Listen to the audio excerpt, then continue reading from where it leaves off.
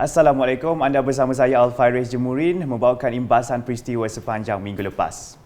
Imbasan minggu ini dimulakan dengan kenyataan media daripada Pejabat Premier Sarawak yang menyatakan Premier Sarawak Datuk Patinggi Tan Sri Dr. Abang Abdul Rahman Zohari Tun Datuk Abang Openg menasihatkan semua pihak agar tidak mengeluarkan sebarang perbelanjaan untuk penerbitan iklan berkaitan ulang tahun kelahiran beliau pada 4 Ogos lepas.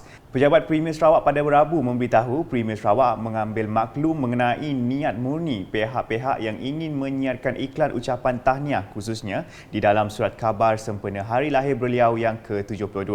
Dalam kenyataan itu, Datuk Patinggi Tan Sri Abang Zohari berharap mereka mengelak membuat iklan sedemikian memandangkan ekonomi semasa masih dalam keadaan sukar dan terdapat juga keperluan untuk membendung kesan inflasi. Jelas kenyataan itu lagi, Premier Sarawak bagaimanapun menzahirkan penghargaan di atas keprihatinan semua pihak terhadap sambutan hari lahir beliau. Imbasan seterusnya, mengenai lawatan kerja rasmi Premier Sarawak yang mengetuai delegasi kerajaan negeri ke United Kingdom UK telah mengadakan kunjungan terhadap pihak International Forum of Sovereign Wealth Funds IFSWF dan PricewaterhouseCoopers PwC.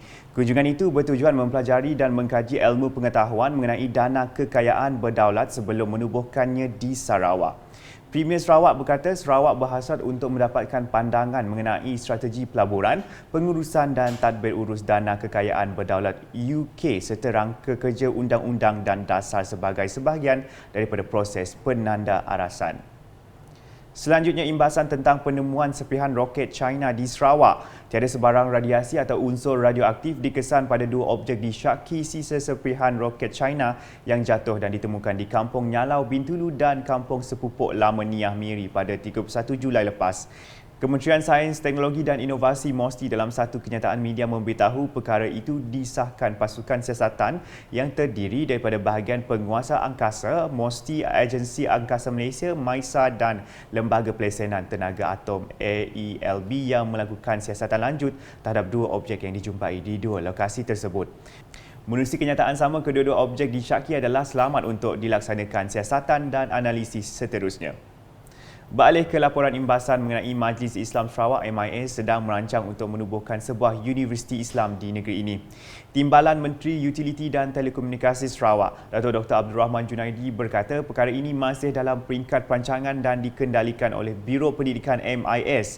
Menurutnya terdapat keperluan untuk mewujudkan institusi tersebut bagi menyediakan peluang pendidikan dalam bidang Islam kepada pelajar negeri ini. Dalam pada itu, beliau yang juga ahli Dewan Undangan Negeri Adun Pantai Damai memberitahu penduduk dari kampung di seberang hilir menjadi kumpulan pertama yang akan berpindah ke penempatan projek pembangunan Darul Hana bermula 22 Ogos ini. Jelas beliau, kumpulan pertama tersebut merangkumi penduduk dari Kampung Panglima Seman Lama, Kampung Semarang dan Kampung Lot Tambahan. Katanya kira-kira sebanyak 337 ketua isi rumah akan menjadi kumpulan pertama yang berpindah ke kawasan itu. Saya Al-Fairez Jemurin, teruskan kesetiaan bersama kami.